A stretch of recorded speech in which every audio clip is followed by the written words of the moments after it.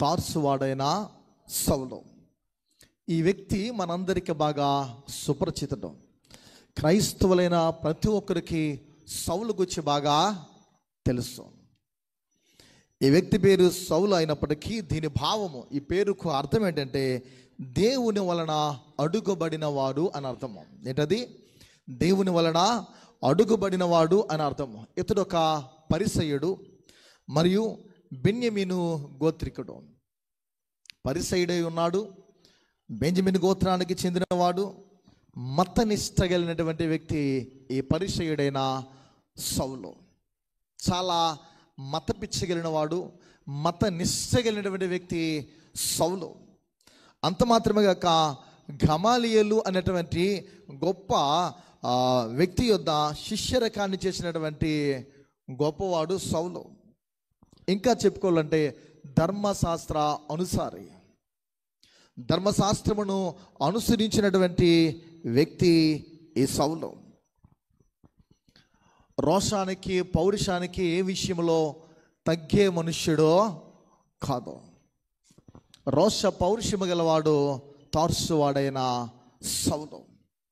ఇంకా ఇతని గురించి ఆలోచించాలంటే క్రైస్తవులంటే కిట్టనటువంటి వాడు, క్రైస్తవులంటే మెచ్చనటువంటి వాడు, క్రైస్తవులంటే ఏ విషయంలో కూడా నచ్చినటువంటి వాడు తార్సువాడైన సౌలు.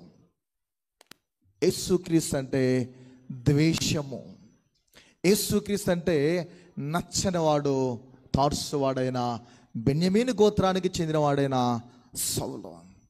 ఇతడు తార్సు అనే గ్రామస్తుడు పిల్లరా యెరూషలేములో నివాసము చేసిన వ్యక్తి.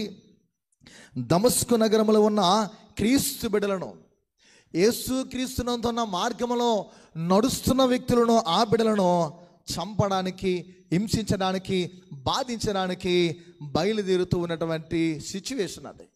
9th చాప్టర్లో 22 9వ అధ్యాయంలో మరియు 22వ అధ్యాయంలో ఇతను గురించి ఈ దమస్కు మార్గంలో వెళ్ళుచున్న సమయంలో జరిగిన సంఘటనల గురించి వ్రాయబడుతూ ఉన్నటువంటి మాటలు మనకి కనిపిస్తున్నాయి.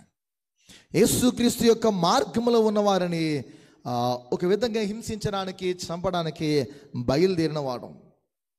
ఇతరులను హింసించుటలో, ఇతరులను శ్రమ పెట్టుటలో, తమను కానిటువంటి వ్యక్తులను, తనలాంటి మనుషులను బాధ పెట్టుటలో ఎదుటివారు తమ యొక్క భక్తిని పెంచుకుంటాము అని అనుకుంటూ ఉంటారు. అలాంటి కోవకు చెందినవాడు సౌలు.